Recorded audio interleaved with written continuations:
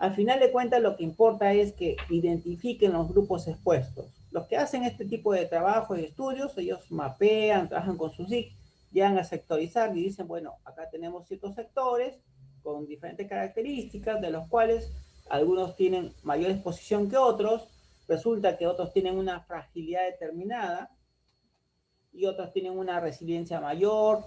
Del resultado de esta combinación vamos a tener entonces un mapa de peligros, un mapa de vulnerabilidad que los vamos a cruzar y vamos a generar otro mapa que se llama el mapa de riesgo. Finalmente, lo que nos dice este mapa de riesgo es cuáles son las probabilidades de que los impactos, por ejemplo rojos, o sea, sean muy riesgosos en estas zonas y para estas personas o para esta infraestructura. Este mapa de riesgo finalmente nos va a conducir a orientar los recursos, las actividades, a fin de reducir ese riesgo. Y por supuesto, eso viene acompañado de una data, ¿no? O sea, todos los que hacen EVAR, o sea, evaluaciones de riesgo, generan una data y nos dicen, esta zona es de muy alto riesgo y no es mitigable, y detallan por qué y cuáles son las implicancias que esto conlleva. Por ejemplo, esa zona, si es riesgo alto no mitigable, tenemos que prohibirla, hay que declararla, hay que hacer un trámite para declarar esa zona como no mitigable y por consiguiente intangible. Y ese concepto de intangible o inhabitabilidad, ustedes lo van a encontrar constantemente. A mí al principio, bueno, no me sonaba mucho, ya después cuando me familiaricé con las normas y las leyes, me di cuenta entonces que una zona que se declara no mitigable significa que ahí no puede invertirse nada porque todo lo que se invierta va a ser siempre pérdida, ya que el impacto va a ser tan fuerte que no vale la pena ni invertir. Nunca vamos a lograr dominar la naturaleza en ese lugar. Entonces lo mejor es que no vivan las personas allí. Si antes vivían, lo que se hace es trasladarlas. En este momento hay varios proyectos para reasentamiento, de los cuales pues, la mayoría son de muy largo aliento, no se logran concretar. Pero en esencia lo que se busca es sacar a las personas de allí, llevarlas a otro lugar que se llama espacio de acogida, y donde aparentemente tiene condiciones más beneficiosas o seguras. Pero el hecho es que al declarar la zona no mitigable, empieza un proceso con algunas entidades, el CNEPRED, el MINAN, el PCM, el gobierno regional, con el fin de declarar esa zona intangible. Y al declarar intangible, a quienes vivan ahí, a pesar de esa intangibilidad, ya no son personas que están cometiendo una falta o no son informales, sino tienen la categoría de ilegales. Y como ustedes intuyen, al declarar esa zona intangible y aquel que ocupa un espacio de manera ilegal, pues es sujeto a una denuncia penal. La fiscalía va e interviene. Entonces la condición del poblador es distinta.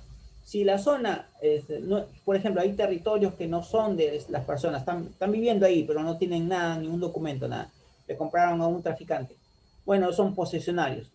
Pero son posesionarios porque poseen el espacio, pero no tienen documentos. En otros casos, la municipalidad les otorga un certificado de posesión. Pero ninguno de esos dos casos implica titularidad, es decir, no son propietarios, porque la categoría de propietario te lo da el título de propiedad que solamente se lo otorga el registros públicos, y bueno, COFOPRI que también habla de que también da títulos, y ahí hay una discusión entre registros públicos y COFOPRI, porque el ente rector de la titularidad es registros públicos, pero bueno, esos son pleitos gringos. El asunto es que si no tenemos un título de propiedad, no somos propietarios. El certificado de posesión no nos da propiedad. Pero si estamos en un lugar que es declarado intangible, entonces asistemos años allí, esa persona que habita o realiza actividades tiene la categoría de ilegal. Por eso es importante entender esto de la zonificación. Más o menos sucede lo mismo con las fajas marginales. O sea, todos los ríos, quebradas, en su cauce, en su camino, como va y viene un poco más a la izquierda, más a la derecha, va ampliando su espacio, reduciéndose, pero va dejando una seña. Entonces, esa seña, esa ruta que ha llevado ese flujo de detritos, ese río, se le conoce como cauce. Y a su izquierda y a su derecha se entiende que hay una cantidad de espacio que debe respetarse por protección, y eso se le conoce como faja marginal. La faja marginal es un espacio de dominio público hidráulico que le da una característica de intangibilidad, es decir, nadie puede colocarse al borde de ese río. Pero ustedes dicen, pero como si hay un montón de personas viviendo ahí nomás cerquita, ¿no? A 1 metro del río Chillón, de Rímac y otros tantos ríos. Sí, efectivamente, ahí están las personas, pero esas personas nunca por nunca van a tener un título de propiedad. Y es más, cada vez que el río vaya y vaya debilitando la zona, la parte baja, vaya socavando, en algún momento, como ya ha pasado, pues esa casa cae. ¿Y quién le va a devolver nada a ese propietario? ¿Por qué? Porque esas zonas no están normadas para que no sean nunca otorgadas por el Estado para ninguna propiedad. Y aunque la persona esté años ahí, jamás se le va a dar el título. Y en la zona, al ser reglamentada especialmente, no puede ser utilizada para lo que quiera el poblador. Es decir, el poblador quiere un lugar donde vivir, no puede usted vivir ahí. Eso significaría que está yendo contra la ley. Por consiguiente, usted comete un delito, no una falta. ¿Quiere hacer actividad económica? No puede hacer actividad económica. ¿Qué puedo hacer entonces en la faja? Sí existe alguna posibilidad de que usted haga algo, pero la ley habla de que todo lo que sea protección puede dársele autorización. ¿Pero qué tipo de protección? Bueno, generalmente forestal. Agricultura no. Generalmente es una actividad forestal. O tal vez un proyecto como para hacer un paseo para las personas, una cuestión turística. Por ahí que hay una oportunidad. Pero para vivienda o para hacer actividad agrícola, actividad comercial, no. Eso no puede darse. Sin embargo, pues los recursos para determinar cuáles son las distancias no han sido no han sido buenos, no han sido suficientes. Entonces, el ANA, que es el encargado de hacer esto de las fajas marginales, declara que hasta el momento solo ha determinado las fajas marginales de 19 ríos. Imagínense cuántos ríos tenemos en el Perú. Solo 19 tienen sus fajas marginales. No todos tienen los hitos, porque los hitos son unos bloques de cemento que se ponen, bueno, como señala ahí, para que el poblado sepa que esa zona no debe habitarse. Bueno, no todos los ríos tienen esos hitos, ¿no? O sea, me refiero a estos 19. Algunos simplemente se han hecho los estudios, están en plano, pero no se ha hecho la puesta del hito. En otros sí. En cuanto a quebradas, solamente hay fajas marginales para 5 quebradas. Las 5 pues ya es conocida, las principales que sucede aquí en Chosica. Y entonces en algunos casos se tiene cuál es esa faja marginal, pero la verdad de las cosas, a mí me consta, cuando he ido a esos lugares, ahí están las casas, 2, 3 pisos, dentro de lo que se considera faja marginal. Entonces esto sigue siendo un problema social.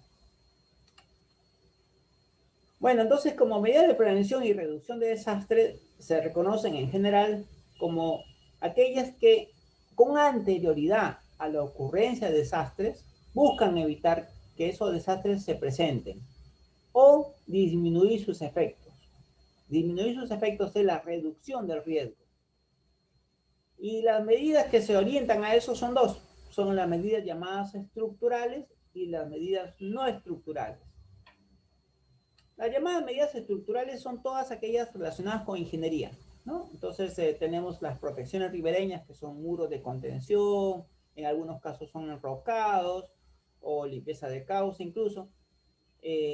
Hay algunas mallas en las partes de las quebradas, unas mallas que han sido implementadas por gobiernos de Suiza, o sea, cuesta muchísimo dinero. Todavía la ingeniería peruana no ha desarrollado esta tecnología, o tal vez sí la podemos hacer, pero las licencias son de los extranjeros, entonces solamente ellos pueden intervenir y poner este tipo de mallas. En Chosica, si van ustedes de paseo, hay varias de estas.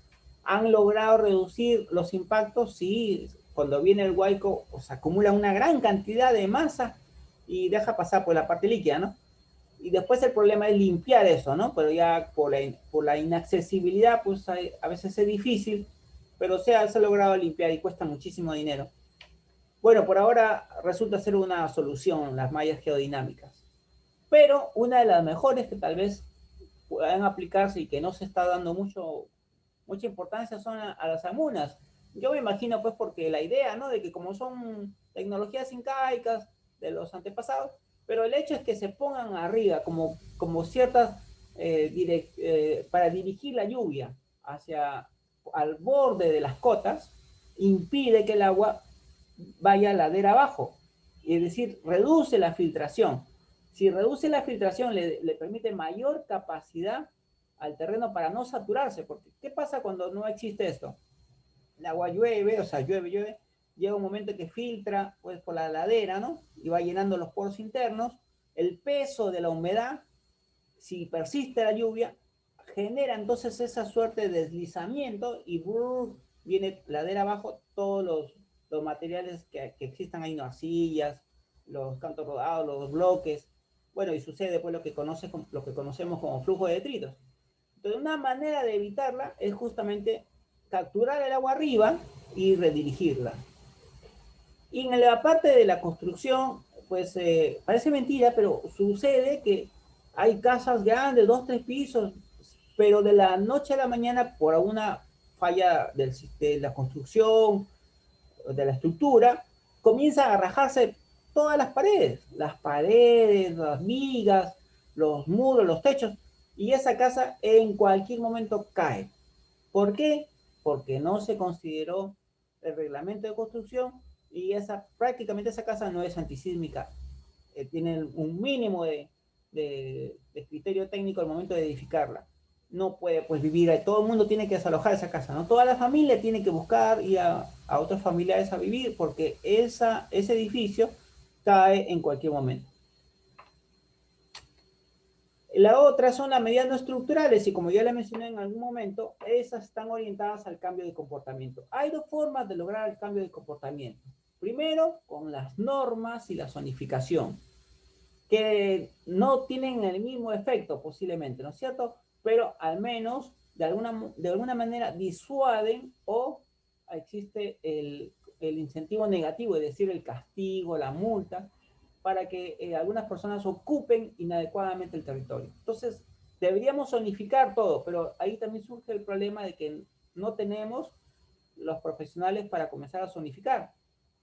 O sea, no hay ingenieros en el Perú, sí hay, pero por alguna razón no les pagan bien, que será. Entonces, no tenemos profesionales que comiencen a desarrollar zonificación en el territorio. La otra es tratar de reunirlos a la mayoría de las poblaciones en asambleas, tratar de convencerlos de que están enfrentando la posibilidad de perder la vida y de su familia, sus niños, y los medios de vida que vienen desempeñando, sus actividades económicas, y juntos construir resiliencia a través de planes de ordenamiento a nivel de pequeñas colectividades, planes de prevención, pero ya a nivel de lo que decía el colega la vez pasada, ¿no? Prepararlos a ellos frente a la posibilidad de un desastre. Luego trabajar con las entidades del nivel por ejemplo, del agua, porque el agua es importantísimo para todo sector, y la Junta de Regantes, la Junta de Riego, otros profesionales que vienen a asistirnos, como algunas ONGs. Juntos todos podemos desarrollar algunos planes para orientar el comportamiento del poblador. Bueno, todo aquello que implique eso, el comportamiento, son las medidas no estructurales. Entonces, mire, ya hemos hecho el diagnóstico, ¿no es cierto? ¿Estamos cansados? A ver, ¿qué hora es, Adriana?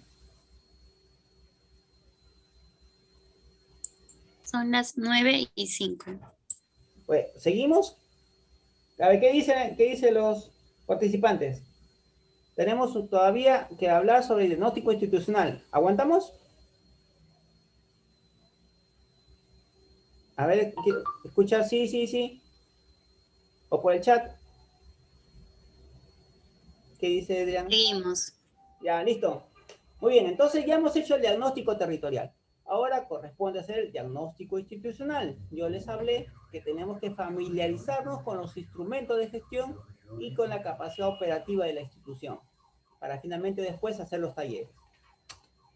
Bueno, y aquí entonces lo que nos corresponde es pedir todos los planes de nuestra institución, principalmente los planes estratégicos institucionales, o sea, los PEI. Algunas veces, si también disponen los planes operativos institucionales, o sea, los POI, también los pedimos. Pero ya sabemos que el POI nace a consecuencia del PEI. Entonces, tal vez no sea muy importante disponer del POI, pero sí del PEI. Otro instrumento que tenemos que conocer es el Reglamento de Organización y Funciones, o sea, el ROF, porque ahí vamos a leer cuáles son las funciones de cada compañero o colega, ¿no? De tal manera que resulta que tengamos que modificar ese reglamento, porque necesitamos que tal persona cumpla determinadas funciones y no aparece en el ROF, entonces hay que modificar ese ROF. También tenemos que saber con cuántos compañeros contamos, es decir, cuál es el cuadro de asignación de personal, qué funcionarios tenemos, qué equipo técnico y cuántos, si es posible saber cuántos están por terceros. Los terceros generalmente van a aparecer en logística, no van a aparecer en recursos humanos, pero en logística podemos tener una conversación con el encargado de logística para que nos diga cuántas personas están trabajando con la modalidad de servicio por terceros. Bien, y la otra es que si vamos a nivel región, ahí lo que nos interesa es el plan de desarrollo regional concertado, y si estamos a nivel local, el plan de desarrollo local concertado. Estos instrumentos, la experiencia nos dice que muchos están desfasados, ¿no? Ya vencieron, no han sido actualizados, pero de alguna manera nos van a orientar para articular nuestro plan. Y si ya vencieron y van a tener que volver a hacerse para otros 3 años, 5 años, bueno, entonces ahí en esos planes vamos a orientarlos para que incluyan o se articulen con los planes de gestión de riesgo. Entonces es una buena oportunidad.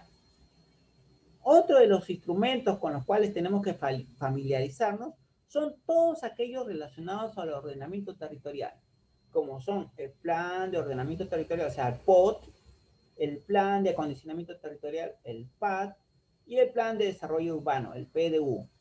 Existe también el ZEE, seguramente ustedes están muy familiarizados, pero les tengo que dar la mala noticia que el ZEE es como un documento que nos sirve, es un insumo, pero no es un instrumento de gestión propiamente dicho, ¿no? El Ministerio del Ambiente sacó y familiarizó a muchas regiones sobre el manejo del ZEE, pero bueno, por cuestiones de gobierno, de política, pues no le dieron esa categoría de instrumento, y entonces ahí hay una cuestión hay una parte, un componente de política ahí, ¿no? Porque el ZEE tiene como fin, pues, preservar la parte de los ecosistemas y los recursos naturales. Y ustedes saben que la explotación de los recursos naturales, sobre todo en minería, pues aquí la presión es muy fuerte, y entonces el ZE no termina siendo todavía un instrumento que tenga el apoyo del Ejecutivo. Pero lo que sí lo tiene es el POT, el PAD y el PDU.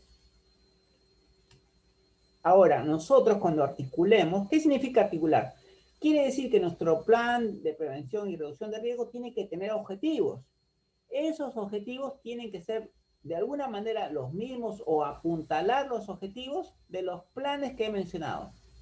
Del plan de desarrollo concertado.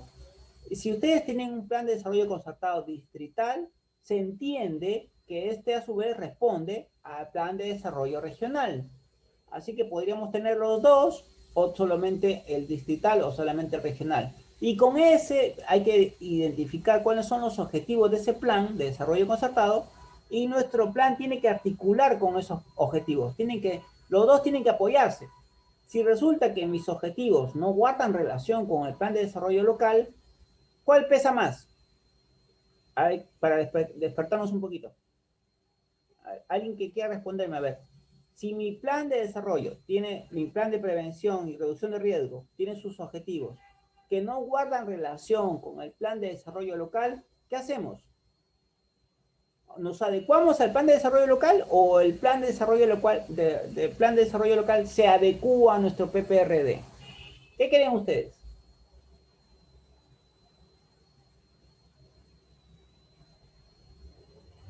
A ver, una respuesta, un chat, un micro. Abra un micro.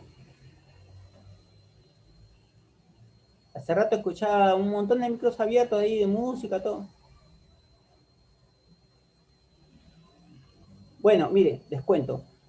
Los planes de desarrollo concertado, los PEI, los POI, todos tienen que adecuarse al PPRD. Así es la dinámica. Si ya el plan existe y todavía no vence, va a vencer dentro de un año, 2 años, el próximo que se elabore tiene que articular con el PPRD, porque la función del plan de prevención y reducción es hacer un territorio sostenible y seguro. Entonces, la intención del plan de desarrollo local tiene que ir en esa orientación también.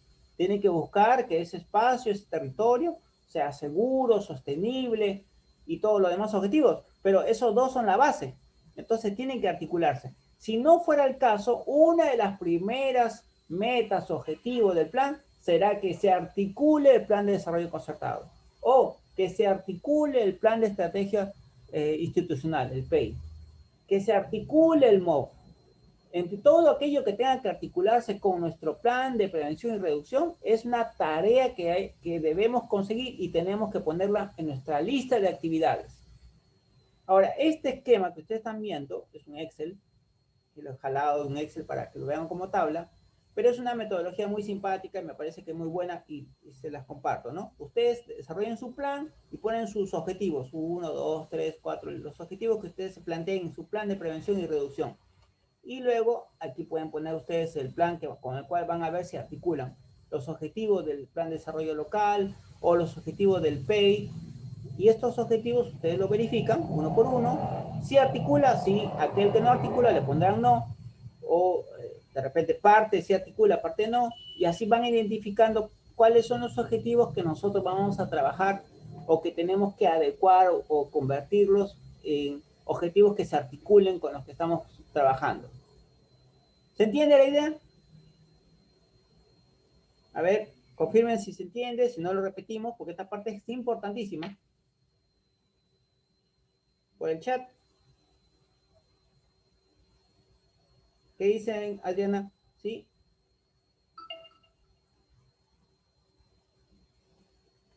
A ver, voy a ver el chat. Sí.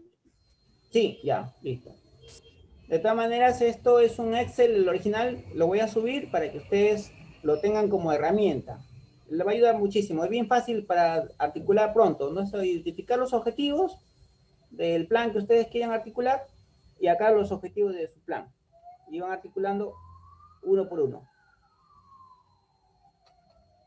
Lo otro es el planeamiento de gestión del territorio, ¿no es cierto? Y les mencioné que tenemos una serie de instrumentos para el acondicionamiento territorial y el desarrollo sostenible. Y seguramente manejarán ustedes muy comúnmente el llamado RAPTUS, ¿no?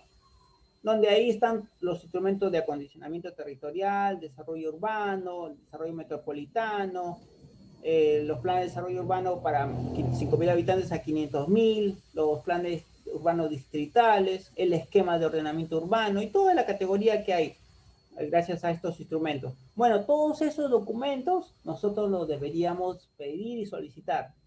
Se van a dar cuenta de que muchas veces no existen esos documentos. Entonces, una de nuestras actividades será plantear a nuestras autoridades para que desarrollen estos instrumentos. En el caso de que ustedes quieran tener un esquema, este me parece que ha sido muy bueno y se los presento, ¿no? Tenemos que articular nuestro plan con los planes de desarrollo concertado, según el nivel. Tenemos que desarrollarlo con los planes de desarrollo territorial, que ya les mencioné, todos los planes que tiene el RAPDUS. Y además aprovechar y verificar si cumplen con las especificaciones o la normativa de la reglamentación de edificaciones. A veces este espacio último se vincula más al ICSE. Si ya trabajan en algunos municipios, saben que hay unos ingenieros que se dedican a verificar que las construcciones sean seguras, ¿no? Eso se le llama Inspección Técnica de Seguridad en Edificaciones, ICSE. Bueno, entonces muchas veces ellos ya tienen esta información y la unidad que se encarga de los ICSE guarda cierta estadística. Bueno, entonces es importante que nos relacionemos también con esa parte, esa unidad. Generalmente los ICSE pertenecen no pertenecen a defensa civil, están vinculados a otra gerencia. Pero también ven riesgo, pero ven riesgo desde el punto de vista de la edificación, no desde el punto de vista del fenómeno natural. Y luego hay que determinar la capacidad del personal. O sea, la capacidad administrativa no solamente significa pues los funcionarios, ¿no? Sino las personas que ocupan esas funciones, los materiales, equipamientos que tienen estas personas, estos funcionarios, o el equipo de esta unidad, la forma de comunicación, los canales de comunicación, sobre todo los documentos, ¿no? Importantísimo es la gestión de documentos. ¿Y cómo es que se están organizando? Bueno, porque si ustedes ya trabajan en el sector público, a veces simplemente hay un jefe, ¿no? Y un jefe y tiene pues 10 personas trabajando. Pero de esas 10 personas trabajando, pues 5 se encargan de ciertas actividades y otras 5 de otras actividades. Y este jefe, bueno, por cuestiones de facilidad, nombra a un líder, por decir, ¿no? De cada de esos grupos, pero es un nombramiento un poco informal porque en realidad todos tienen el mismo nivel y por ahí que los otros reportan directamente al jefe, no necesariamente al líder. Se crea una serie de conflictos por los canales de comunicación, porque alguien por ahí dice, no, yo porque tengo que darle revisión de cuentas a esta persona, yo voy directamente doy mis informes al jefe y entonces no recibo documentos de mi par, esas cosas, ¿no? Que se generan a veces en los ambientes de trabajo. Tenemos que tener claro cómo es el ordenamiento, es decir, cómo vamos a trabajar, cómo nos vamos a organizar. Tiene que haber un instructivo y todos tienen que estar de acuerdo con ese instructivo. De esa manera fluye la comunicación y fluye el trabajo y los avances, se van monitoreando las actividades. Hay que hacer uso de mucha gestión, mucho instrumento de gestión, que muchas veces a algunos colegas no les puede gustar o les parece un trabajo engorroso o innecesario, pero que al final de cuentas, si no se utiliza eso, no tenemos cómo ir midiendo nuestros avances. De mi experiencia me dice que más bien al manejo de estos instrumentos podemos ir mejorando nuestros avances e identificando aquello que necesitamos. Mira, resulta que no estamos avanzando con esto porque no tenemos el equipo adecuado, no tenemos la computadora adecuada, no está el punto de internet acá, tenemos que colocar un punto de internet. O sea, hay que comprar esto, hay que pedir esto. Resulta que necesitamos un operador GIS para que se dedique 100% a eso, hay que pedir un personal para eso. A estas cosas me refiero cuando hablamos de determinar la capacidad administrativa. Bueno, entonces al final del diagnóstico, ¿qué tenemos? Tenemos la situación, hemos llegado a la conclusión de que esta es la situación, esto es lo que disponemos y esto es lo que nosotros necesitamos o requerimos. Eso es nuestro diagnóstico. Finalmente, en esta parte que ya tenemos un diagnóstico, tenemos que socializarlo, tenemos que darlo a conocer con la población, con los interesados, con los llamados grupos de interés. Porque lo que hemos hecho es elaborar una información en base a nuestro conocimiento técnico, ¿no? Con los colegas, todo. Pero ahora tenemos que escuchar a la población o a los grupos de interés porque ellos pueden traer otras miradas distintas, que lo que va a hacer es enriquecer nuestro diagnóstico. Y entonces eso va a ayudar a tener un conocimiento real del territorio y las necesidades o demandas de esta población que tal vez ni habíamos considerado. Entonces, la participación en los talleres del diagnóstico, o sea, la información de nuestro diagnóstico hacia otras personas, fortalece la planificación, porque la planificación tiene que ser consensuada. Si nosotros planificamos en 4 paredes sin compartir con los interesados, cuando tengamos un plan que nosotros pensemos que está concluido, no puede ser que no lo acepten, lo rechacen de plano y nuestro trabajo no serviría de nada. Por eso es que lo primero que tenemos que hacer es ir cada cierto tiempo socializando lo que vamos avanzando. El diagnóstico es importantísimo socializar por esta razón, porque va a fortalecer nuestra mirada o la va a enriquecer. Bueno, toca después la formulación, pero la parte de la formulación nos corresponde la próxima semana, colegas. Hasta aquí entonces concluimos la clase del día de hoy. Dejo abierta la posibilidad de que, bueno, pregunten, ¿no? Han estado mucho en silencio hoy día. Pregunten, planteen sus dudas y yo, por supuesto, dentro de lo que es mi capacidad, estoy aquí para apoyar y absorber. Muy bien, Adriana, a ver si abrimos los micros. Estimados participantes, por favor, ¿pueden activar su micro, por favor, para realizar alguna otra consulta? En todo caso, estamos dando por concluida la clase.